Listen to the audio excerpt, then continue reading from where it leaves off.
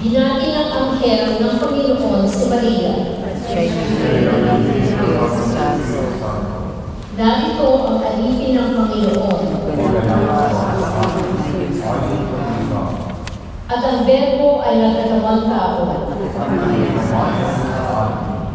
Aba, Ginoong Maria, nagpupuno ka ng grasya. Ang Panginoong Diyos ay sumasa iyo. Bukod kang pinagpala sa babaeng lahat at pinagpala naman ang iyong anak na si Jesus. Santa Maria, Maria ng Diyos, panalangin kami ng kasalanan, ngayon at kami ng kamatayan. Ipanalangin na kami, Santa Ina ng Diyos. Ang kami pinagpapaliwanag sa mga sa Kristo. Manalangin tayo. Panginoon namin Diyos, sa kasalanan ng mga babae ng mga kawan, iyong mahal at yayaman ang ilan sa mga panginoon ay nakalalang ng pagkakaroon siya sa Kristo sa anak mo. Alam ang kapagdaman sa mga iyong pagkakasakit at pagkakaroon sa Jesus. Pagkakaroon ng pagkakaroon ng pag-ibig sa pagkakaroon sa pamamagitan ng Jesus Kristo ang aming Panginoon. Amen. Luwalhati sa Ama, sa Anak, at sa Espiritu Santo.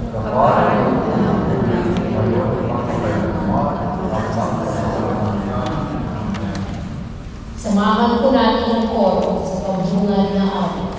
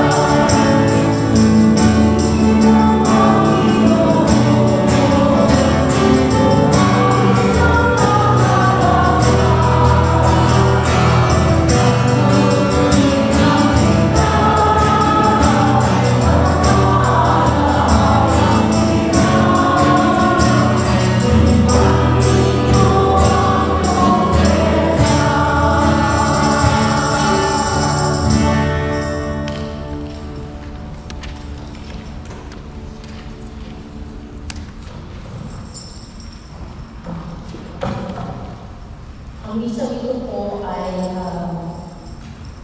we are offering this for the souls of Glenda Milan, Anselmo Garay, Teresita Lazaro, Crescencio Andres, for the death anniversary, and for the soul of Corazon, for the sick, Corazon Mendoza and Mary Ann Antoinette.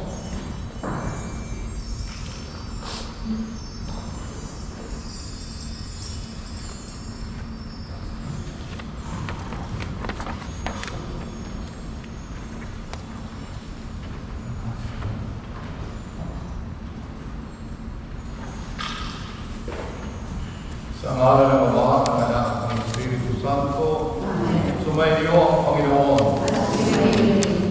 Mga kapatid, nagtitipon tayo ngayon upang ipakayag natin sa Panginoong Diyos ang ating pagkilala sa Kanya bilang Amang Diyos. At tayo po ay makikisa sa anak ng ating Amang Diyos na si Jesus na mag-alay ng Kanyang buhay sa pamamagitan ng pagdiriwang na banal na Eucharistia.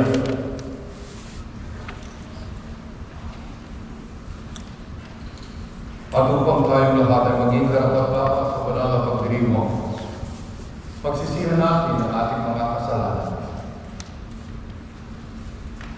Panginoon Jesus, Ikaw ang mukha ng lahat ng buhay at kabutihan. Panginoon, kaawaan mo kami.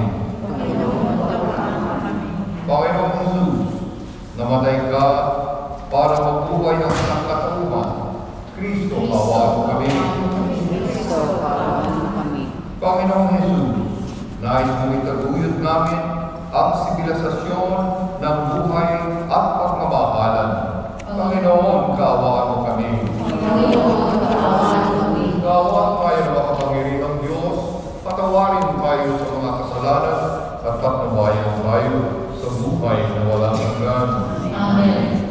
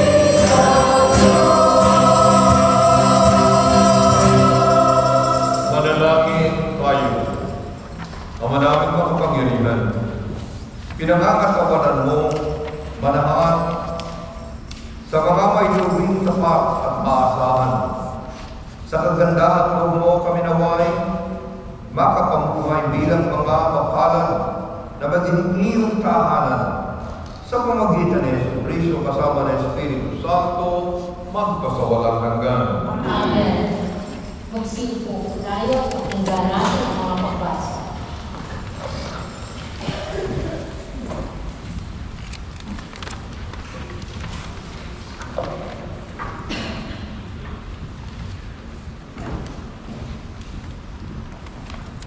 Pagpapahayag mula sa aklat ni Propeta Jeremiah.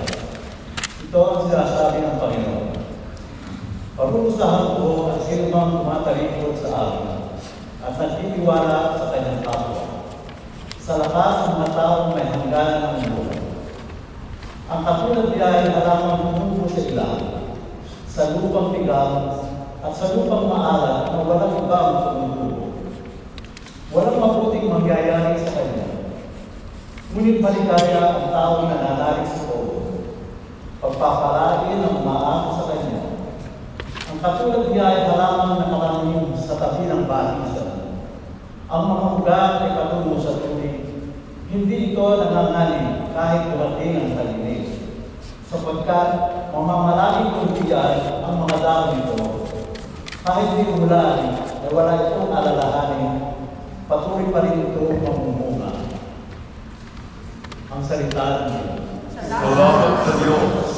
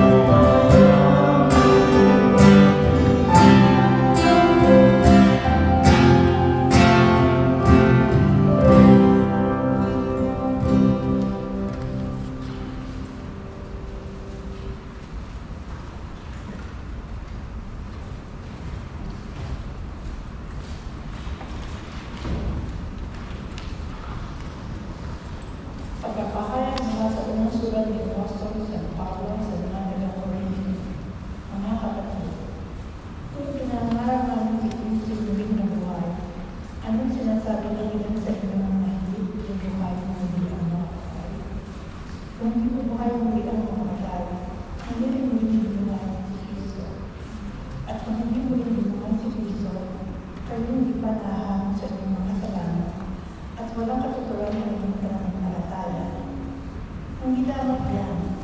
Hindi daw pala ang lahat ng mga na nananalig dito ay nakahama. Kung pag-asa natin dito ay para sa buhay na ito lang, tayo na ang nagkakaawa sa lahat ng tao. Ngunit ang totoo, si Kristo ay muling binuhay, ginakatibayan na muling binuhay ng mga patay, ang salita ng Diyos. Salamat sa Diyos.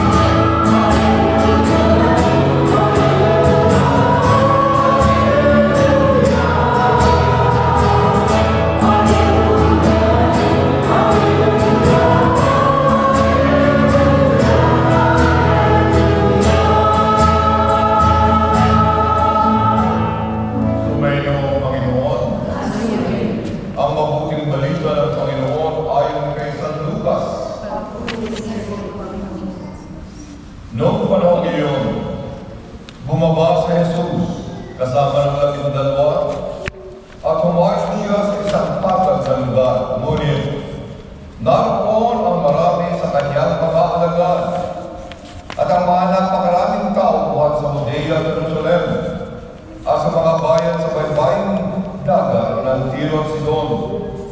Tumingin si Jesus sa mga alagad at kanyang sinabi, "Mapalad kayo mga dukha, sapagkat ang Diyos ang maghahari sa inyo. Mapalad kayo mga nagugutom ngayon, sapagkat kayo'y bubusugin. Mapalad kayo mga tumatangis ngayon, sapagkat kayo'y magagalak. Mapalad kayo kung dahil sa anak ng tao kayo'y pinapuputan, ipinagtatabuyan, at inaalimura ng mga tao, at pati ang inyong pangalan ay kinasusuklaman. Magalak kayo at tumuksok sa tuwa kung ito'y mangyari, sapagkat malaki ang inyong nagtimpala sa langit." Gayun din ang ginawa ng kanilang mga ninuno sa mga propeta.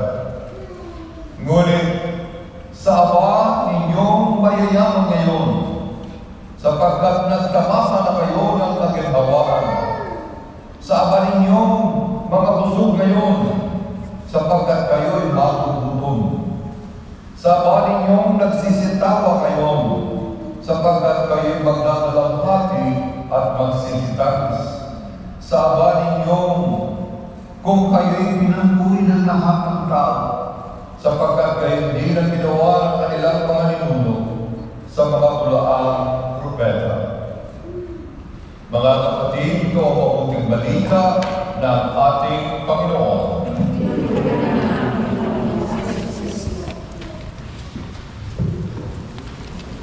Mga kapatid, itong narinig natin Ebanghelyo ngayon, kung sa Ingles yung sinasabi natin Beatitudes. And maliwanag na maliwanag sa atin kung ano ang nilalaman po ng sinasabing Beatitude. Dito yung pinapahayag ng ating Panginoong Jesucristo ang magiging kalagay ng mga tao. At ang intensyon ng Ebanghelyo ay upang tayo ay magkaroon ng puso para sa mahihirap, para sa mga nangangailangan, para magkaroon tayo ng awa para sa mga taong tunay na kinakapos sa buhay. Mga kapatid, ang Ebanghelyo ay manggaganap lang sa atin. May isang buhay natin ang Beatitudes.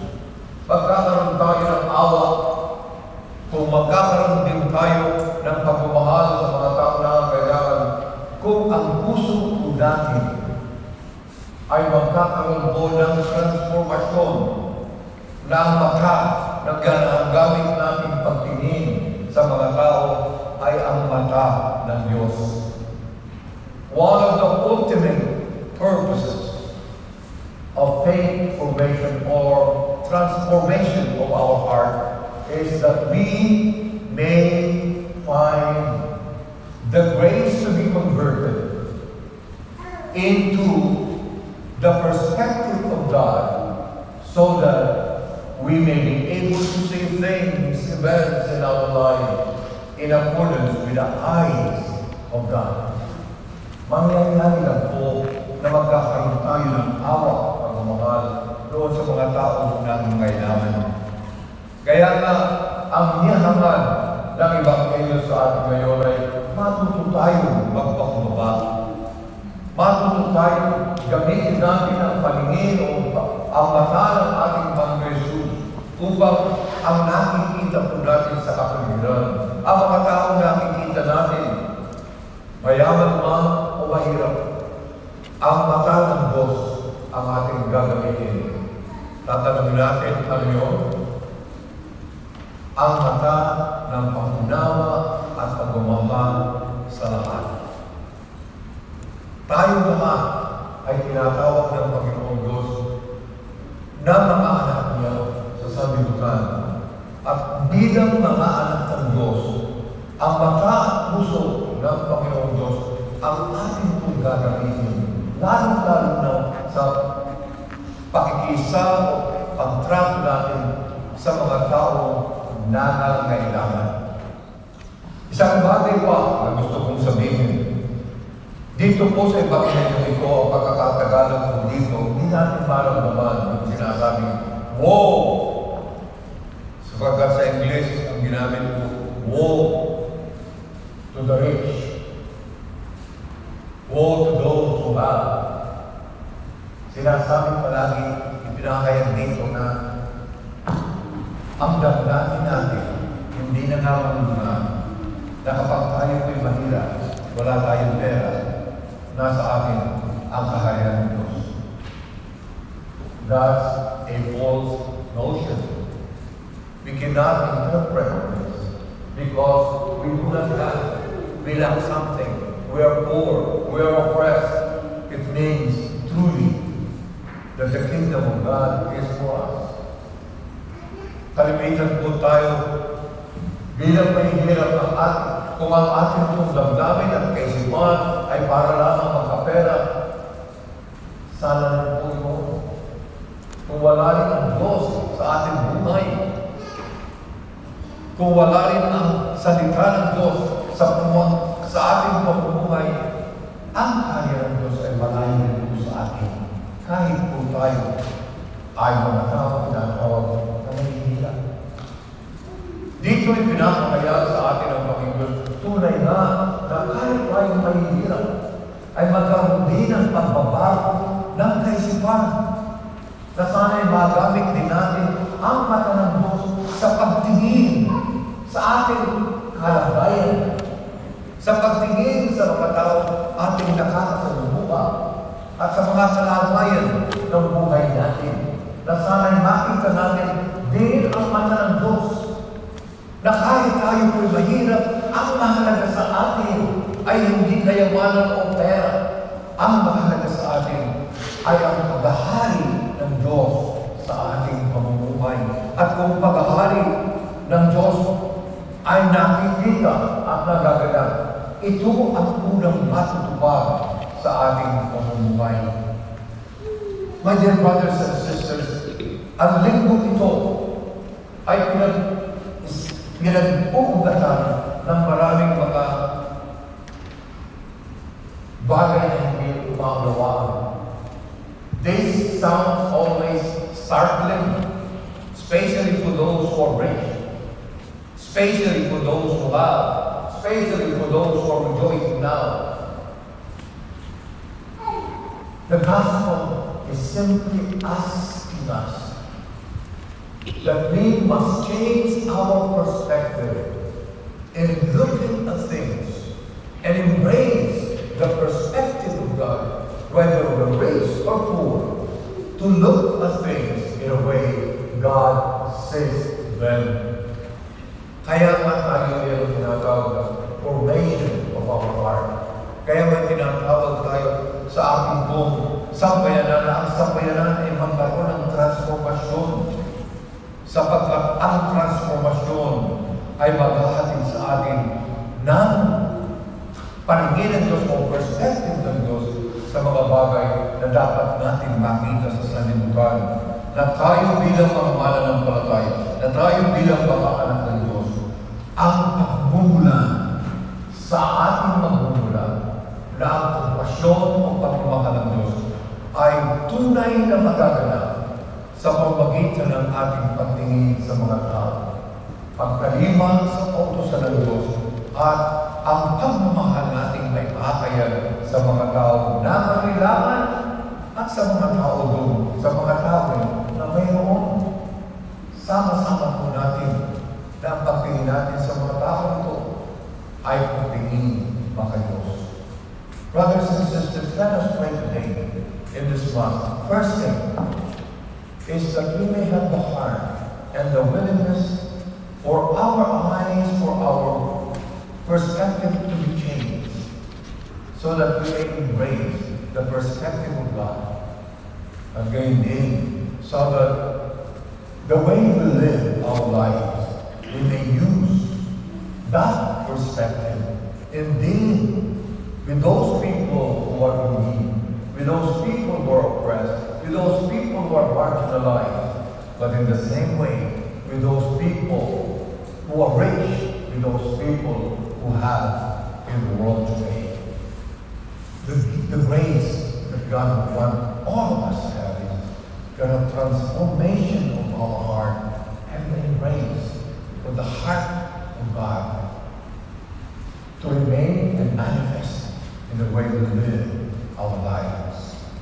Amen. Amen.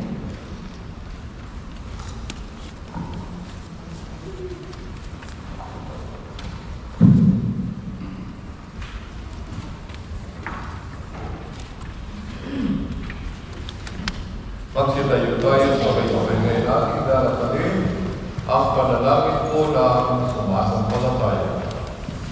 Sumasampalataya ang Diyos, ang makapangyarihan sa lahat, may gawa ng aking lupa. Sumasampalataya ako kay Kristo, bilang anak ng Diyos, Panginoon natin lahat, nagkatawang tao sila, ng Espiritu Santo. Pinanganak sa Santa Maria Virgen, pinanganak sa Poncio Pilato, pinako sa krus, namatay, nanap sa sinaroon ng mga tao, na may tatlong araw na buhay na muli, umakyat sa langit, nalulunok sa kanan ng Diyos, na makapangyarihan sa lahat, doon ang mga Espiritu at Hukom, sa nakabubuhay at namatay na tao, sumasampalataya ng Diyos at Espiritu Santo, sa banal sa mga Katolika, sa kasamahan ng mga banal, sa kapatawaran ng mga kasalanan, sa pagkasuhay ng muli ng namatay ng tao, at sa buhay ng walang hanggan. Amen. Sa gabay na mga pagbasa ngayon, hilingin natin sa Diyos ang biyaya, magawa natin lagi ang tamang desisyon at pagsumikapan ang mga ito. Sa bawat panalangin itutugon natin, Panginoon, tingin mo kami. Upang ang simbahan ay bawat isa sa paggawa ng tamang desisyon na ayon sa kalooban ng Diyos. Manalangin tayo sa Panginoon. Panginoon, tingin mo kami. Upang patuloy tayong gabayan at buhawi ng Sangka Papa at iba pang mga pinuno ng simbahan na namumuhay ayon sa batas ng Diyos, manalangin tayo sa Panginoon. Panginoon, tingin mo kami. Upang ang ating mga pinunong politikal at kultural ay bumuo ng kapayapirang nagtataguyod at nagsusulong na kung ano ang tama at kapatahan, manalangin tayo sa Panginoon. Panginoon, tingin mo kami. Upang ang lahat ng mga media practitioners ay tunay na maging puno ng mga magagandang katangian at buhawin ang kanilang mga tagapakinig na gawin ang tama at nararapat. Manalangin tayo sa Panginoon. Panginoon, tingin mo kami. Upang ikintal ang mga magulang at guro sa kabataan at taus-pusong pagmamahal sa katotohanan, katapatan, kalinisan at pagmamahal ng Diyos sa kapwa. Manalangin tayo sa Panginoon. Panginoon, tingin mo kami. Upang tayong lahat ay kumilos na may pagkakasa at pagtutulungan makabuo ng pamayanan ay tunay na katanging mundo, mawain, mapagbigay, pantay-pantay, makadiyos at may pagkakasa, manalangin tayo sa Panginoon. Panginoon, tingin mo kami. Panalangin po natin ang ating mga kapatid, kamag-anak, ang mga kaibigan na may sakit, lalong-lalo na po sa parang ito. Panalangin din po natin yung mga matatanda, lalong-lalo na po yung mga nahihina na nakakapong pagdasal natin na ang katotohanan ng Diyos ay mananatin po sa kanila at matang nila ang pag-asa na pinagkakaroon ng Diyos sa lahat ng tao. Manalangin tayo sa Panginoon. Panginoong Diyos, tulungan mo kaming mahalin ang iyong pinapakaratanihan, ang iyong tinatanggihan, nang sa gayon ay makamit namin ang buhay na walang hanggan at kaligayahan sa iyong kaharian kung saan ka nabubuhay at nag-aari magpakailanman. Amen. Magsipo po tayo sa pag-aaral.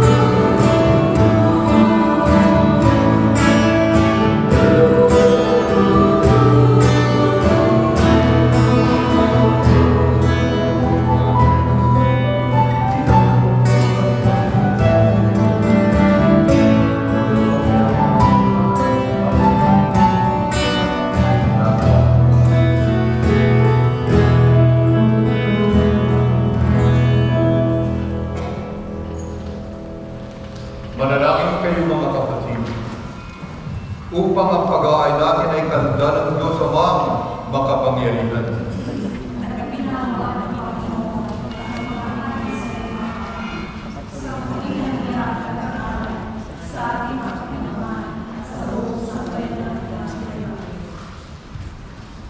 Ama naming lumikha, kami naway dalisayin at panibaguhin ng aming gaganaping paghahain. Kami naway itaguyon ng gagawin namin ito sa pagnanais namin sundin ang loob mo sa pamagitan ni Jesucristo kasama ng Espiritu Santo at sa walang hanggan. Magsistayo po. Sumainyo ang Panginoon. Itaas sa Diyos ang inyong puso at diwa. Pasalamatan natin ang Panginoon ating Diyos. Ama naming makapangyarihan, tunay nga marapat na ikaw ay aming pasalamatan sa pamagitan ni Jesucristo na aming Panginoon. Siya ang salitang katuwang mo at kapiling. Noong ang lahat ng humihiral ay iyong likhain, siya'y sinugo mo para kami sa ipin palayain, kaya siya'y kinalingan ng mga labihin na naging kanyang inangtutuo. Sa kapangyarihan ng Espiritu Santo, inako niyang sundin ang loob mo at kamtin ang sambayanan banal para sa iyo. Pinagtisan niyang lumunan sa krus ang kanyang mga kamay upang magwakas ang kamatayan at mahayag ang pagkabuhay. Kaya kaysa ng mga anghel na nagsisiawit ang papuri siya na walang humpay sa kalangitan, kami nagbubunyi sa iyong kadakilaan.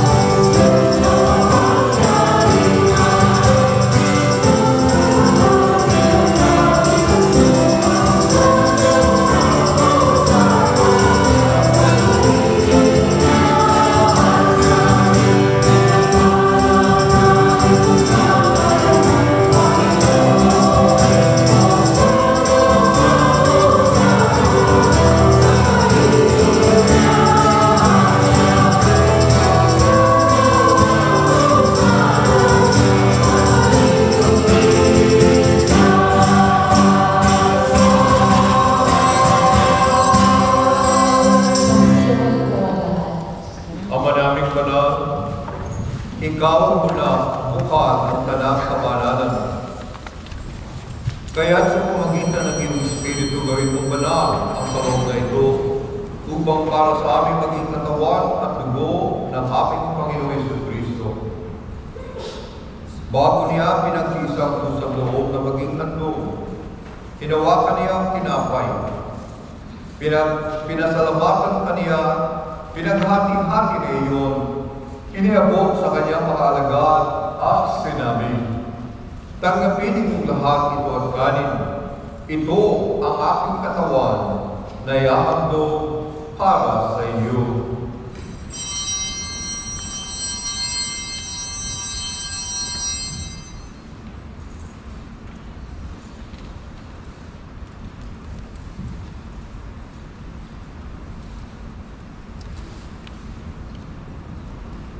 Gayon din naman, nang matapos ang hapunan, hinawakan niya ang kalis, muli kaniyang pinasalamatan, iniabot sa kanyang mga alagad. Iniabot niya ang kalis sa kanyang mga alagad at sinabi, tanggapin ninyong lahat ito at inumin. Ito ang kalis ng aking dugo, ng bago't walang hanggang tipan. Ang aking dugo na ibubugos para sa inyo at para sa lahat sa ikapagpapatawad ng mga kasalanan. Gawin ninyo ito sa pag-aalaala sa akin.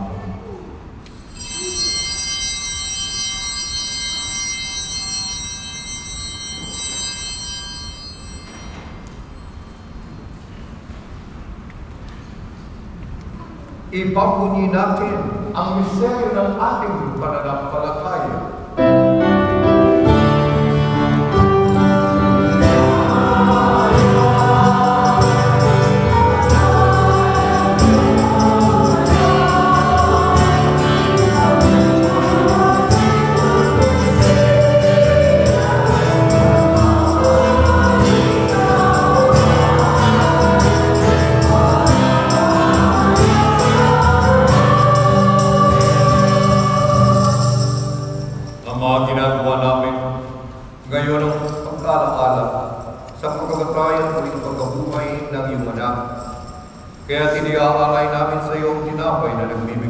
buhay at ang kalis na nagkakaloob ng kaligtasan. Kami nagpapasalamat dahil kami iyong minarapat na tumayo sa harap mo para maglingkod sa iyo. Isinasamo namin kami magsasalo-salo sa katawan at dugo ni Kristo ay mabuklod sa pagkakaisa sa pamagitan ng Espiritu Santo. Ama, lingapin mo ang iyong simbahan, laganap sa buong daigdig. Puspusin mo kami ng pag-ibig kaysa ni Francisco na aming Santo Papa at ni William na aming Obispo at ang Tanang Kaparian. Alalahanin mo rin ang aming mga kapatid na nahinlay na may pag-asang sila'y muling mabubuhay. Gayon din ang lahat ng mga pumanaw, kaawaan mo sila at patuloy sa iyong kaliwanagan. Kaawaan mo paging dapatin kaming lahat na makasalo sa iyong buhay na walang wakas. Kaysa ng mahal na Birheng Maria na Ina ng Diyos, kaysa ng mga apostol at ang lahat ng mga banal na namuhay dito sa daigdig ng kalugod sa iyo, maipagdiwang nawa namin ang pagpupuri sa ikararangal mo sa pamagitan ng iyong anak na aming Panginoong Jesucristo.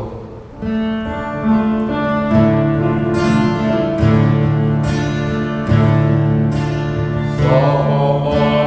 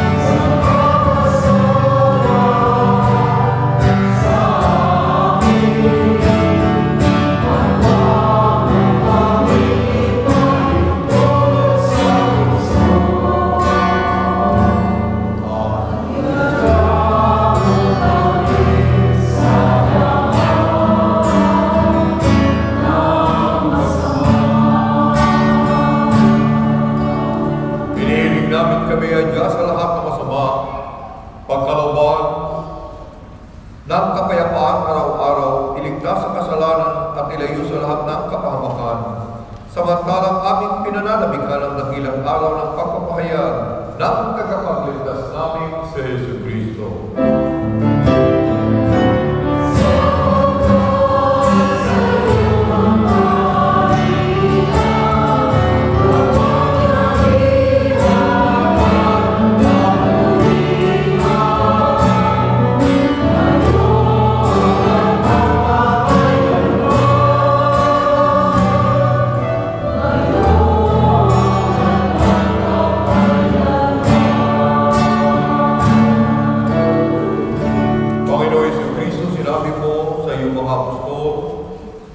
Kapayapaan ang iniipon ko sa inyo.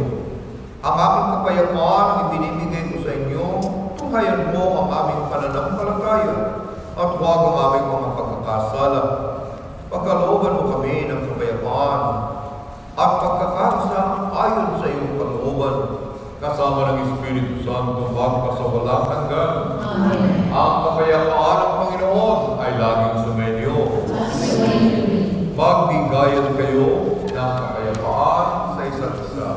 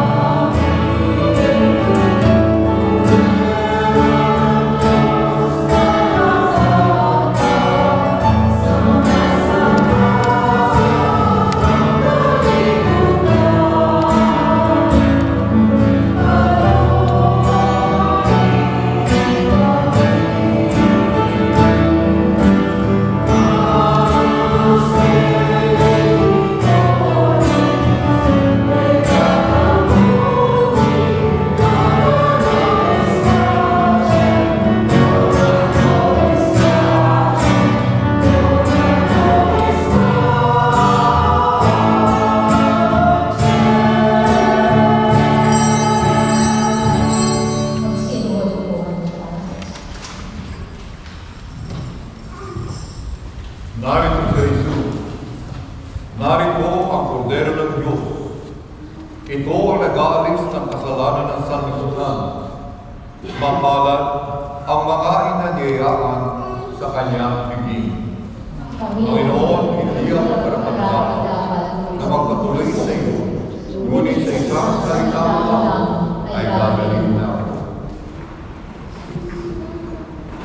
Naway pagsalita namin. Kaya ng katukalan ni Kristo para sa buhay ng mga kagaya.